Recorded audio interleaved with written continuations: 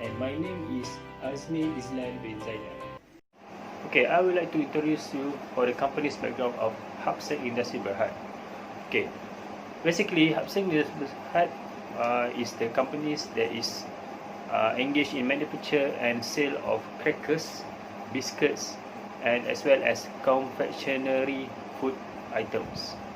Okay, this company is established on 4th October of 1991, and the company is listed on the main board of Bursa Malaysia on 2nd of November 2000. Okay, basically this HSIB, which is Hup Seng Industries Bhd, had 3 subsidiaries that which is turned on in group, which is Hup Seng Perusahaan Makanan Sdn Bhd, Hup Seng Sun Yong Brothers Sdn Bhd, and the last one is Incomics Food Industries Sdn Bhd. Okay, I will proceed with the SWOT analysis, which stands for strengths, weaknesses, opportunities, as well as threats. Okay, the function of this SWOT analysis is to be used to make the most of what the organization got, the best advantage, as well as understanding what is lacking and eliminating hazards that would otherwise catch unawares. Okay, what is about strength? Strength is defined as what each business does best in its gamut of operations, which can give it upper hand over its competitors. Weaknesses are used to refer to areas where business or the brand needs improvement. Okay, how about the opportunities? Opportunities refers to those avenues in environment factors that can be used by the companies to rise up their returns. Okay, and for the last one is threats. Threats is some environment factors that company that will affect the company to have their good opportunities and the good profit of the companies. Okay, that's for the definition of SWOT analysis. We'll move to the SWOT analysis for this Hup Seng Industries Bhd. Okay, we will proceed with the SWOT analysis of Hup Seng Industries Bhd. How about their strengths? They have a good financial position, which is we can find it in their audited financial statement for the latest, which is on 2019. Okay, they have a good financial position, which is their assets is above their liabilities. Second one is their strength is skilled workforce. Skilled workforce in this term is which means the company's workers did not need a lot of training for their work, which is they need only a bit of training because they are very expertise with their work. Okay, and the second one is W, which is weaknesses. Weaknesses in this Hup Seng Industries Bhd is they have a low customer retention, which is the customers did not buy their product repeatedly, maybe because of their qualities or maybe because of their price. And the second weaknesses is low production quality, which I mentioned before. This company maybe have a low production quality, which is maybe these companies, when they compare with other brands, they have a low of production quality. The third one is opportunities. Opportunities in this Hup Seng Industries Bhd is they have a skill full of workers, which is their workers can be transferred into different departments in the same time. Okay, and the second opportunity is competitor going bankrupt. If their competitors going bankrupt, this company, which is Hup Seng Industries Bhd, can take over these industries, which is industries of production of crackers and biscuits. Okay, and the last one is threats. First threats of these companies is large and increasing competition. What if these industries have a lot of competitors, which means this company of Hup Seng Industries Bhd will have a low production quality, and they cannot beat the competitors. And the last one is rising of cost of wages. If the government is increasing the minimum of wage for the workers, for the employers, so this Hup Seng Industries Bhd have a lot of problem because they have a low of profit, so they cannot afford to give the workers a high of wages. Okay, that's all for the SWOT analysis of Hup Seng Industries Bhd. My name is Ahmad Akif bin Muhammad Taki. Now I am going to explain some parts of strategy analysis as well as industry analysis.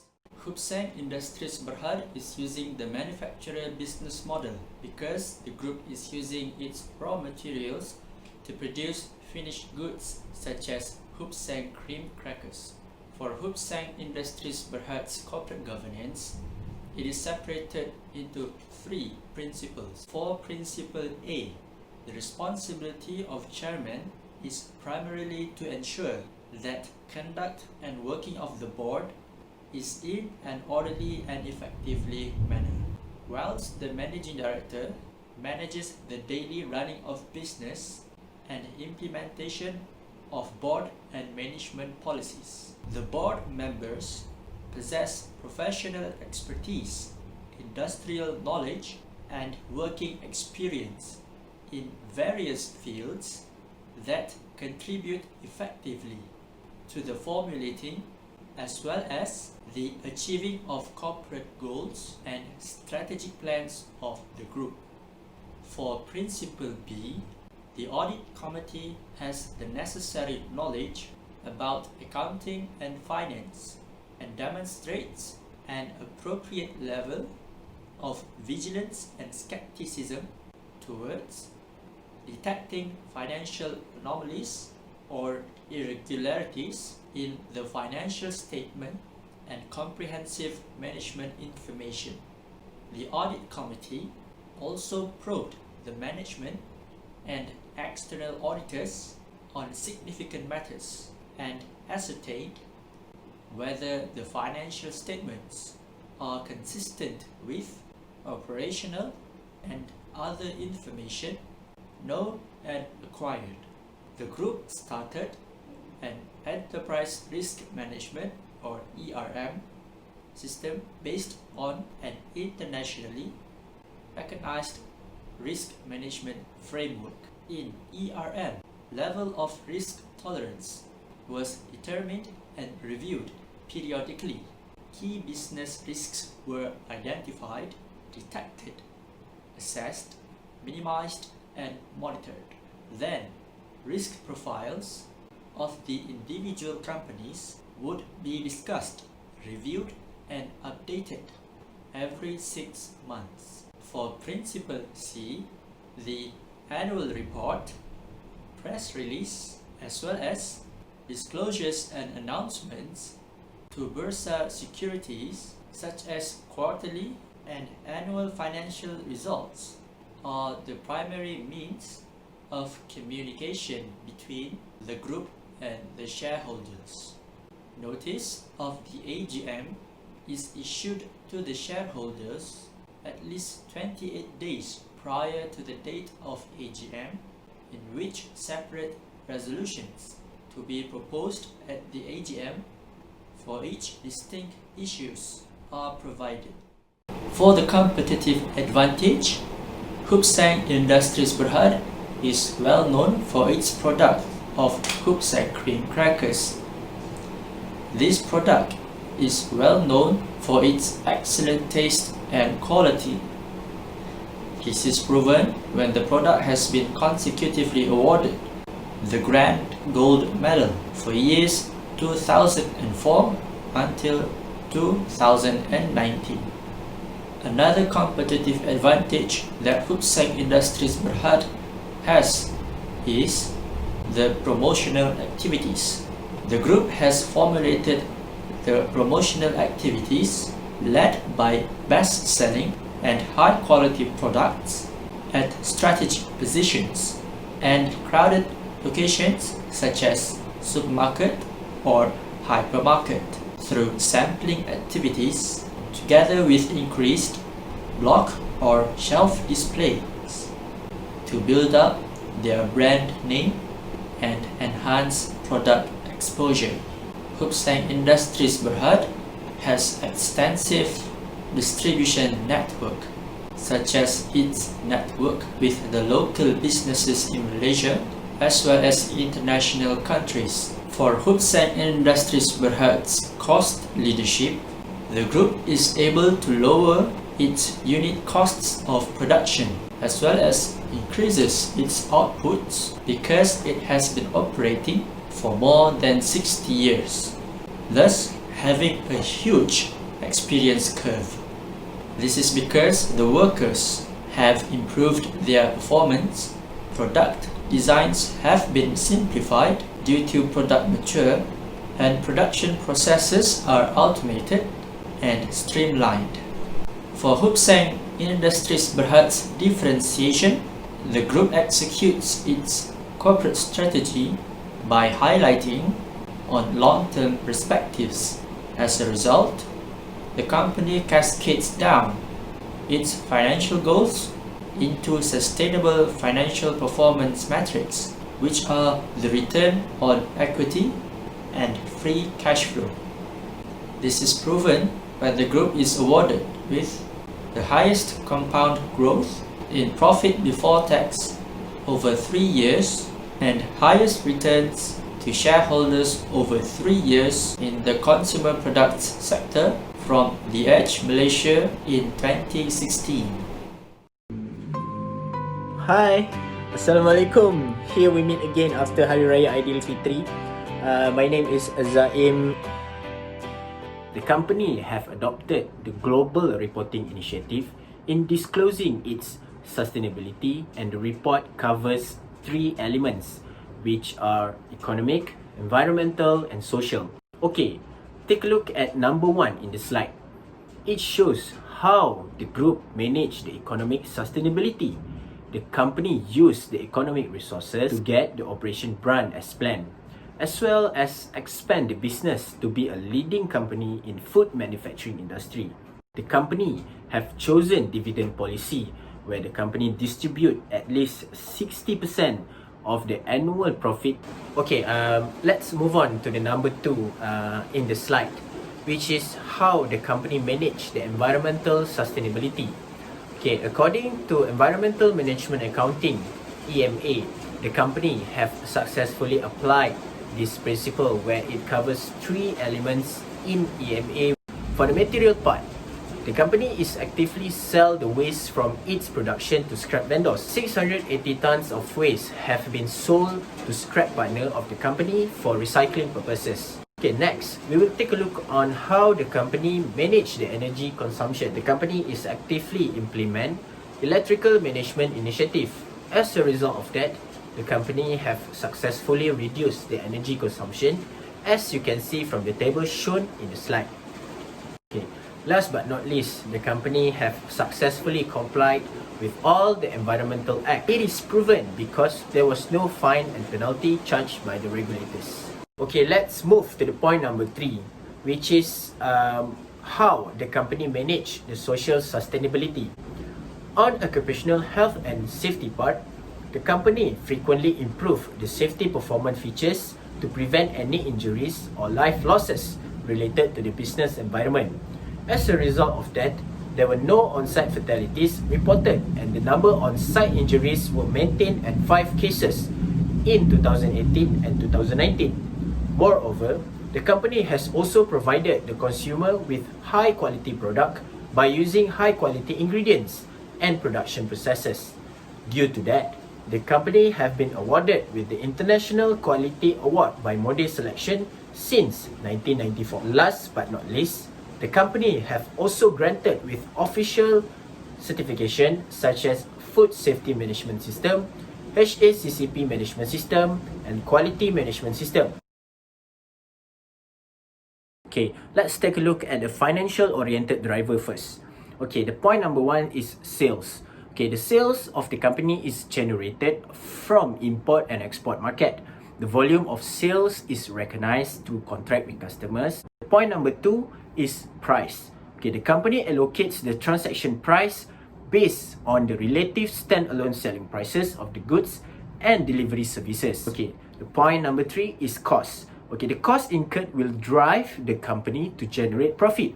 As an example of variable cost is the cost of sales. The examples of fixed costs are finance costs, administrative expenses, and selling and marketing expenses. Non-financial oriented driver will also generate the revenue of the company.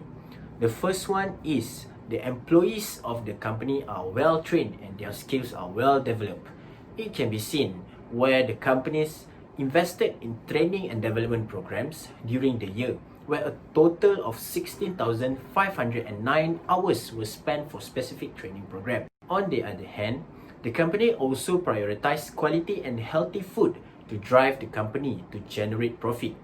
Hup Seng Industries Bhd use healthy ingredients and quality production process in producing its products. The company also emphasized the food safety in generating the profit, such as the packaging and the ingredient content for its product.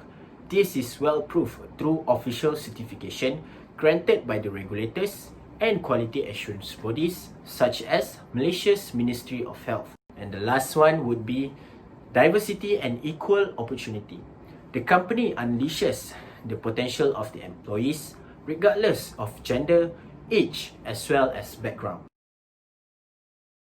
Currently, Hup Seng Industries Bhd is exposed to financial risks and also environmental risk. The company is exposed to credit risk where it arises primarily from trade and other receivable.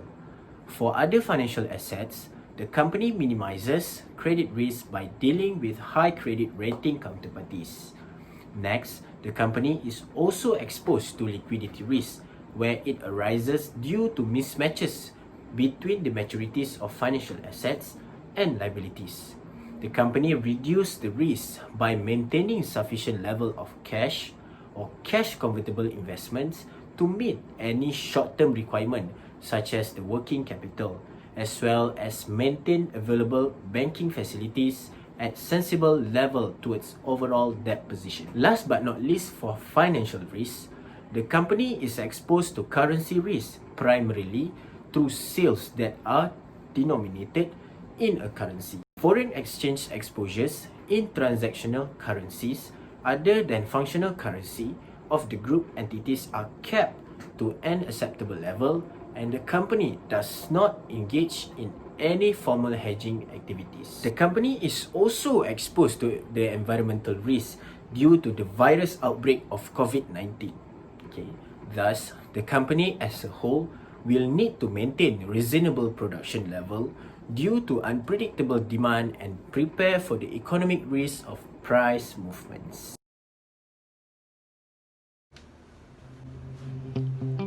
Hi! So now, let's cover the financial analysis of Hup Seng Industries Bhd, shall we?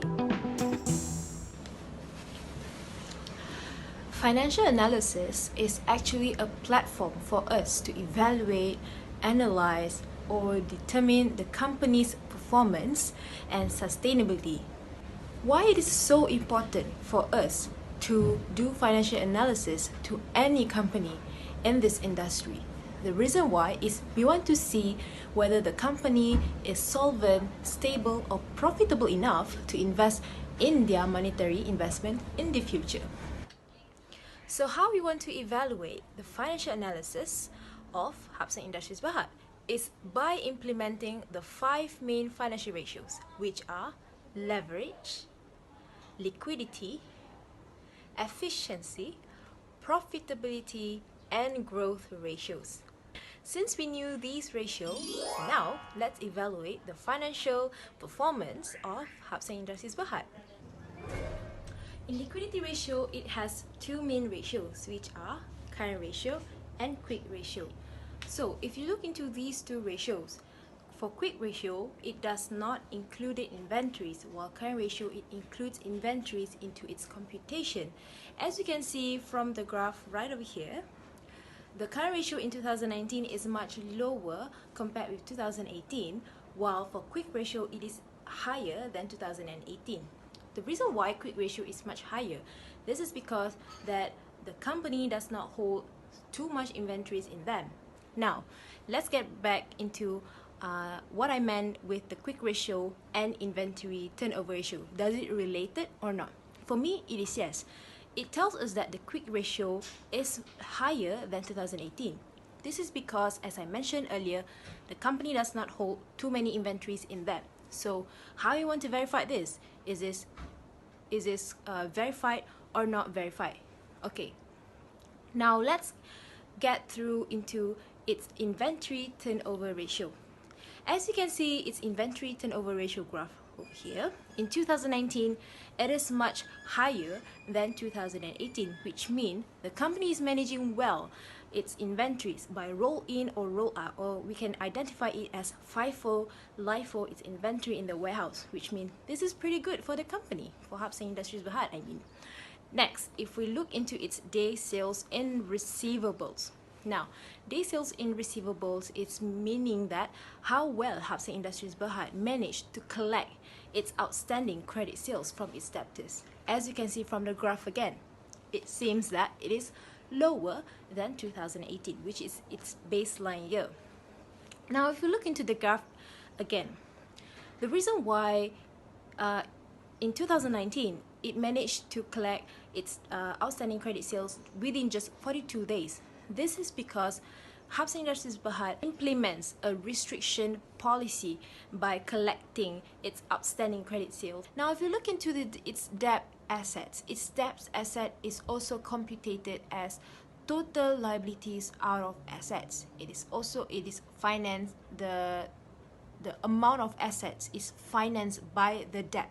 If you also look in the graph as well, the graph is much higher compared with its baseline year, meaning that there is an increasing amount of assets which financed by the creditors. So it means that it has more assets and lower its liabilities within that year, which causes the graph to increase in 2019 compared with 2018. In profitability ratio, it tells us that how we want to measure the ability of a company to create its earnings.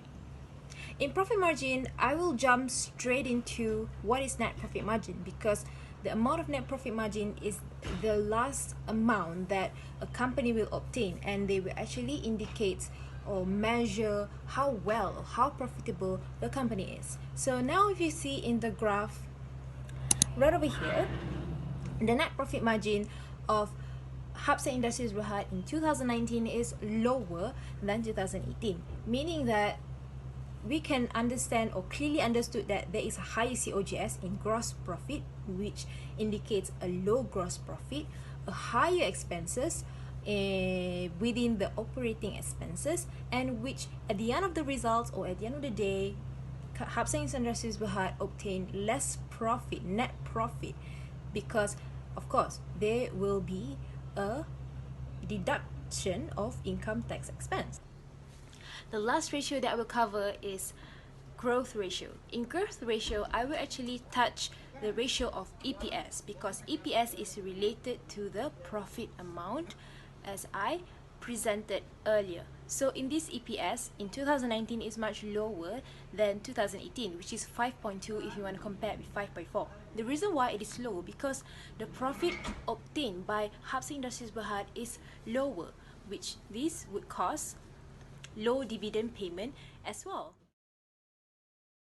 For the industry analysis, we have used Porter's 5 forces model to analyze Hup Seng Industries Bhd's business environment. The first model is the threat of new entrants. The second model is the bargaining power of buyers. The third model is the bargaining power of suppliers. The fourth is the threat of substitute products and services. And the last is the intensity of rivalry among competitors in the industry. For the first model, the threat of new entrants, the group is currently operating at a large scale. As a result, the group has cost advantage for the lowest cost of a product per unit in the industry. Next, the group has a strong brand identification and customer loyalty. Furthermore, the group has large financial resources to compete, as well as covering the cost of advertising, research and development, and the switching costs to another product. Moreover, the group has enormous access to distribution of channels.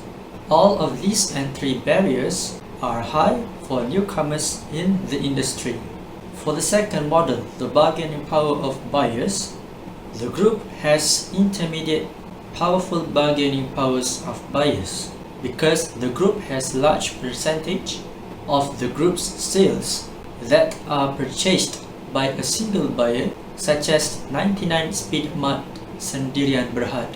The buyers are able to earn low profits and therefore creating incentives to lower their purchasing costs. Although the buyers can find alternative suppliers, the buyers have to face a higher switching cost since the group currently sells its cream crackers at the cheapest price compared to other companies' crackers.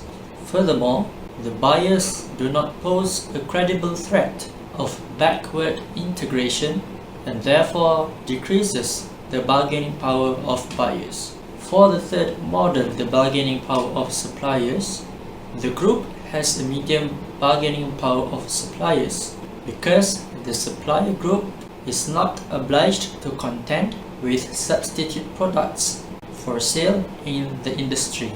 Next, the supplier's product is an important input to the group's business, such as flour. Furthermore, the supplier group poses a credible threat of forward integration since suppliers' product such as eggs can be sold directly to the buyers to create their own crackers. However, the supplier group is not dominated by a few companies and is more concentrated than the industry that it sells to. Therefore, suppliers cannot influence prices, quality, and terms.